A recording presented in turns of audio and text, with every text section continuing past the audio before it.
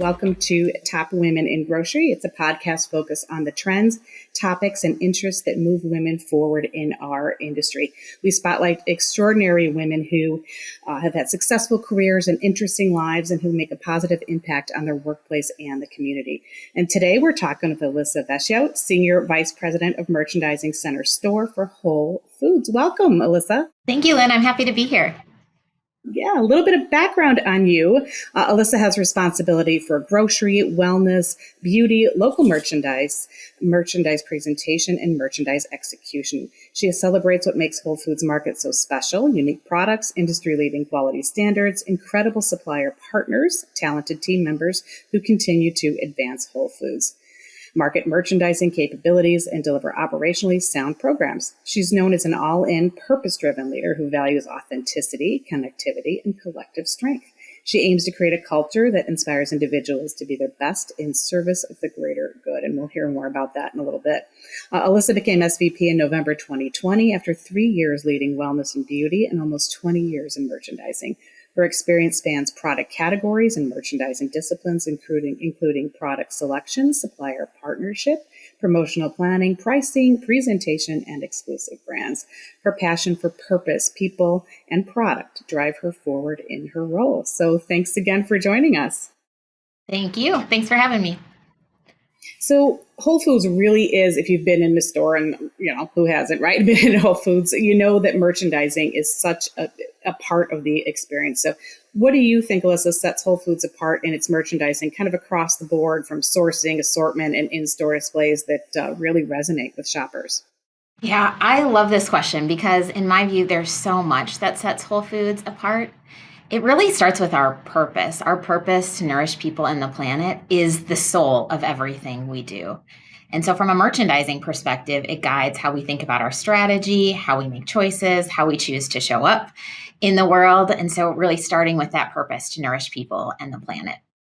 It's supported by our core values, which really come to life through the stakeholder model. And what I mean by that is when we make decisions, we think about how are we serving the customers? How are we serving our stores and our team members? How are we serving our suppliers, our shareholders, but also the planet? We think about the environment as one of our stakeholders as well. And so having that very well-rounded perspective to the decisions that we make is a key part of how we bring merchandising to life.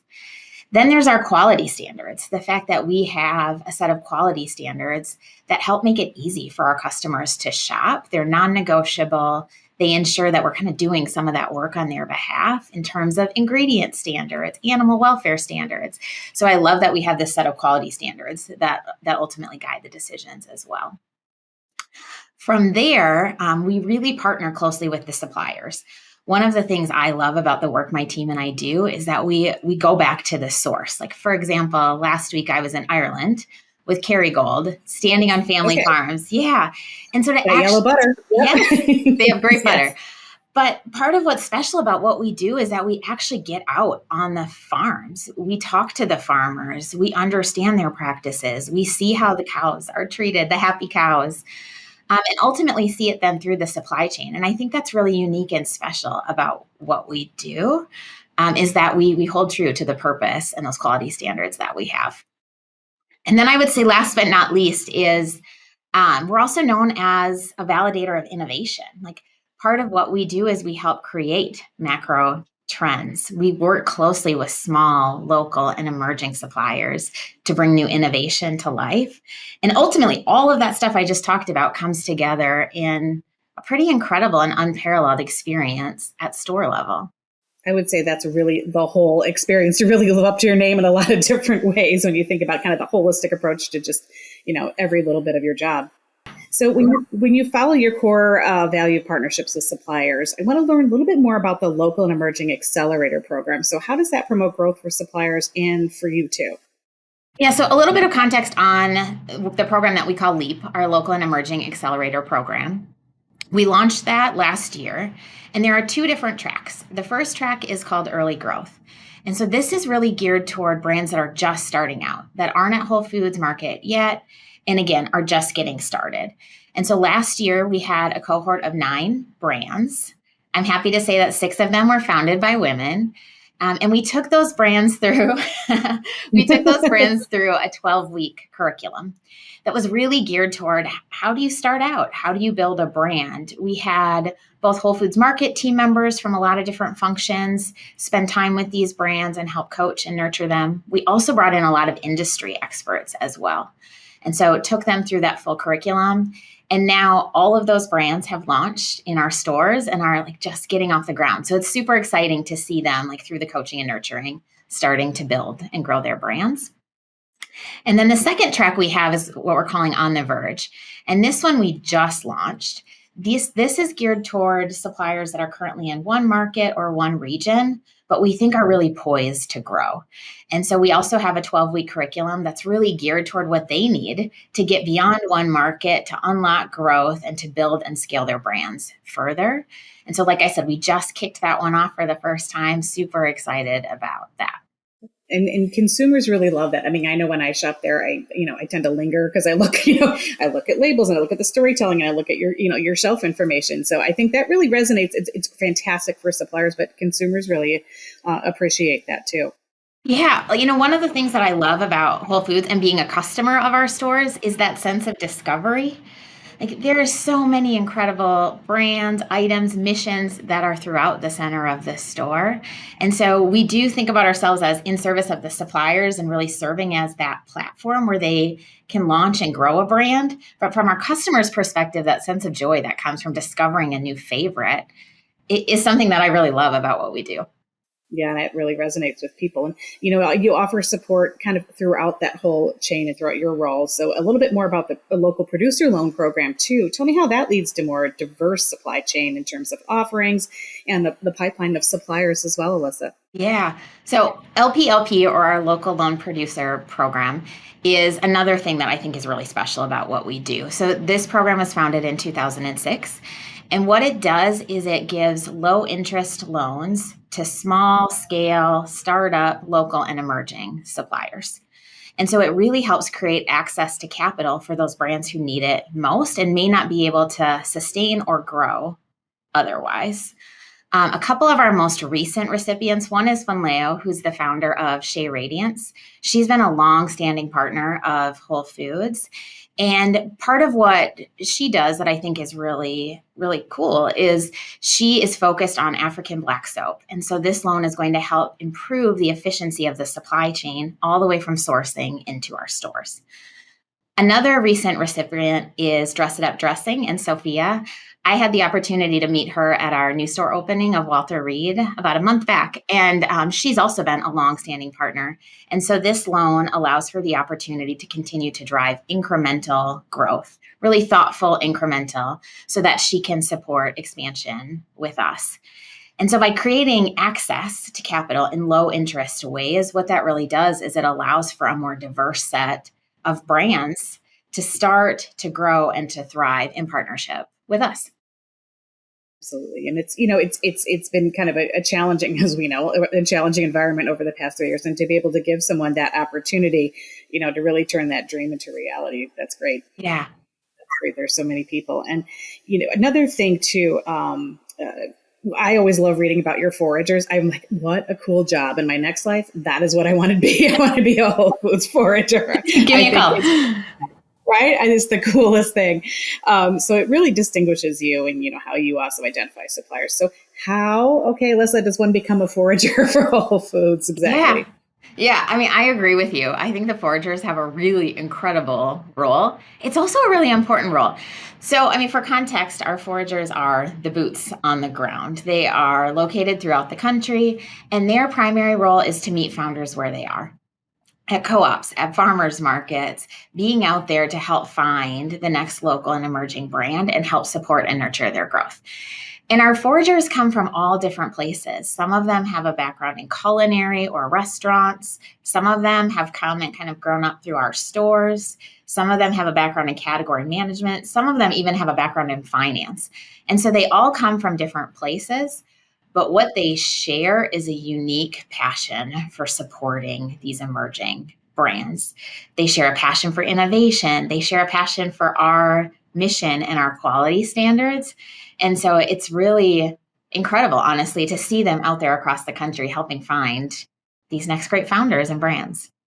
Well, and it's great as you're expanding. I know you mentioned a new store opening, and that sounds really cool in that kind of historic district out there. Yeah. Near the capital, that sounds great. But just the fact that they can find things across so many different parts of the country as you expand too. It's just kind of a continual journey. I mean, local connection is such an important part of who we are. And so they play such a critically important role, again, being situated throughout the country, making sure that we're meeting those founders where they are, but then also cultivating taste of place and making sure that we stay really relevant at a localized level. Again, it's so important to our strategy and who we are as a company. And on a personal level, we talk about how working in this industry is a passion for so many people. You can hear from you, and such a passion for food and a passion for finding great suppliers and great products to connect them to shoppers. But how did you get into this business? I'm curious, Alyssa, and what do you love about merchandising on just a fundamental level? So much, everything. I'll start by sharing that, prior to coming to Whole Foods, I spent 17 years in merchandising at Target. And it was there that I really learned that I had a love for being a merchant. And it's everything from the balance of art and science to like working in a really dynamic industry, helping suppliers bring their missions, their innovation to life, working with a team to serve our customers. There's so much about just being a merchant that I love. I also really enjoy products, like tasting new things, trying new things. My team teases me because on almost every trip we go, I come home with more than I left with. I'm famous for having an extra backpack when we come home because I've bought all the local brands or local products, and I love bringing things back to share with my team or with my family to taste and try. So there's something about just being like a customer and being a merchant that I love. While I was at Target, I spent about half of my time in food.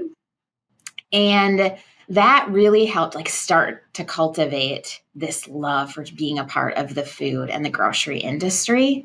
And then since coming to Whole Foods, I've really come to understand why. Like, I think that my purpose, like what I was put on this earth to do, is to help unlock collective potential.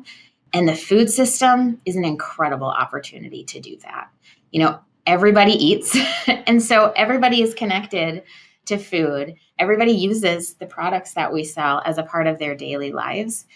And in my view, there is almost no other industry where you can have as big of an impact on both people and the planet, whether that's creating access to nutritious foods, helping advance industry standards and farming practices, helping create like worker welfare and livelihoods, as well as helping heal our planet through climate friendly agriculture.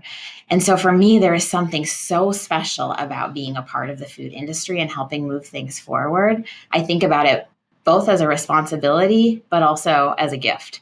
It sure is, and it sounds like you really are on the ground. You've been to Ireland, and you've been to to different places all around the country. How cool is that? That you bridge the store and you bridge the chain of suppliers in terms of just your own experience where you are in a given week or month. Yeah.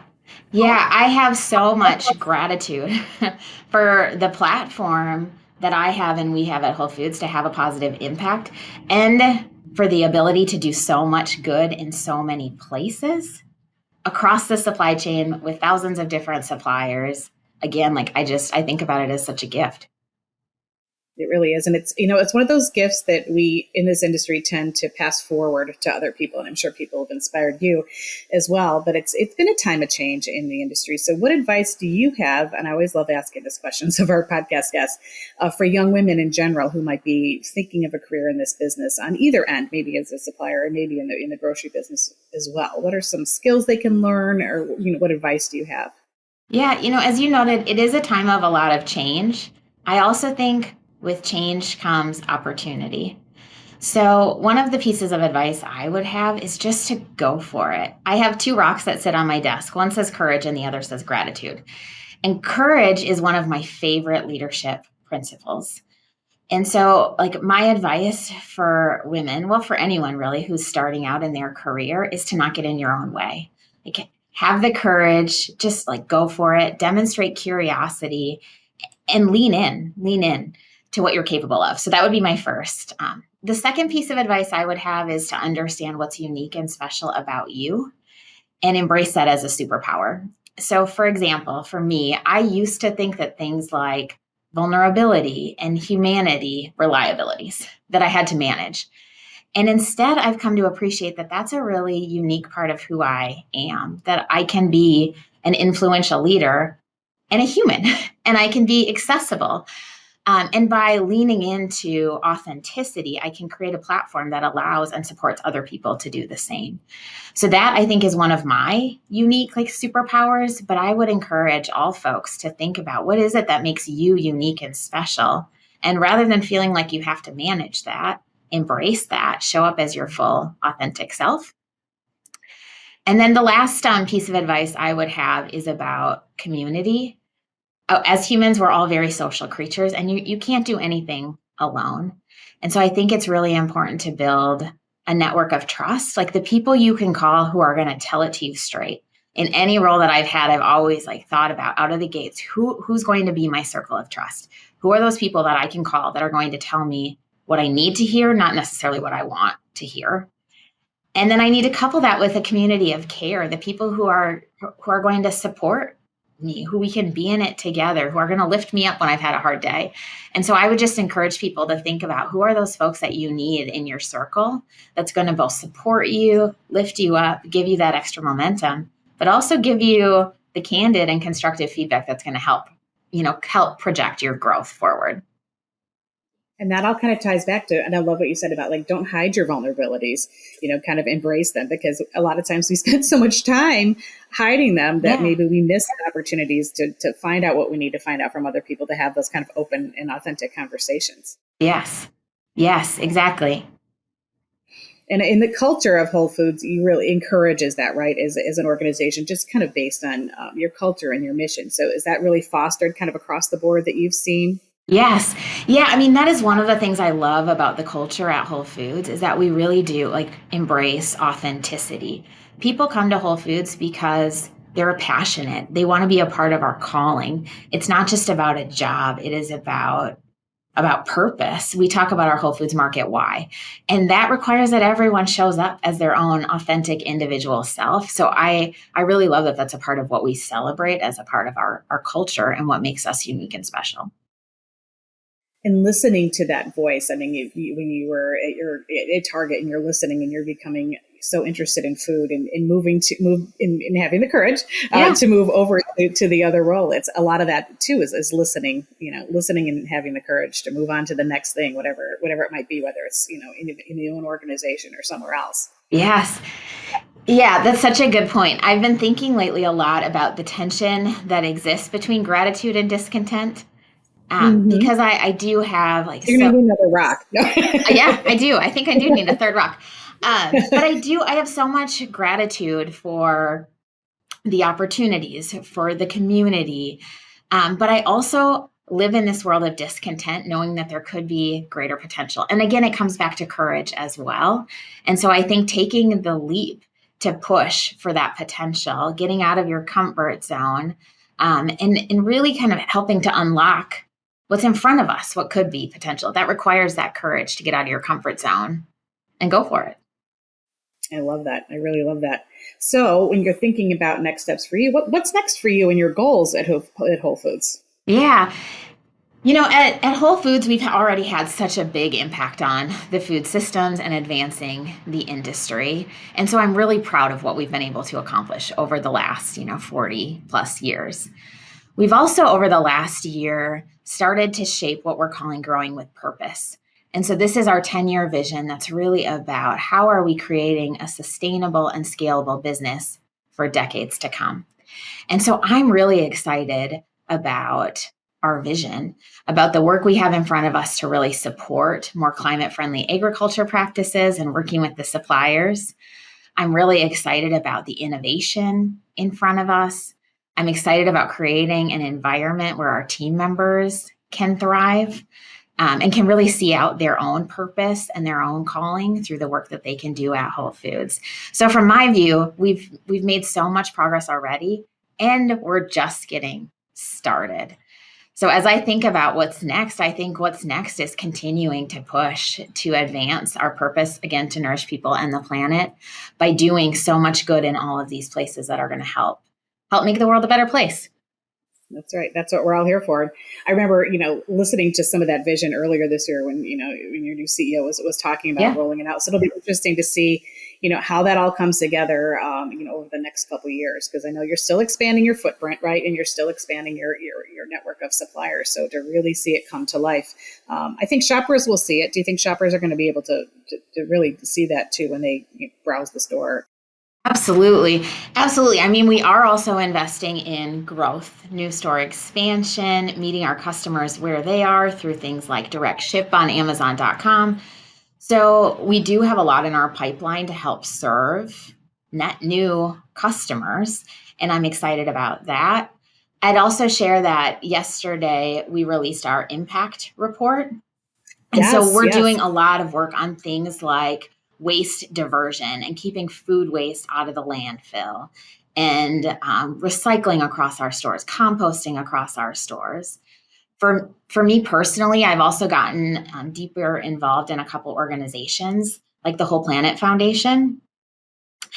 And I'm excited about the work we're doing there to give like microcredit loans. Last year alone, we gave out 33,555 microcredit loans.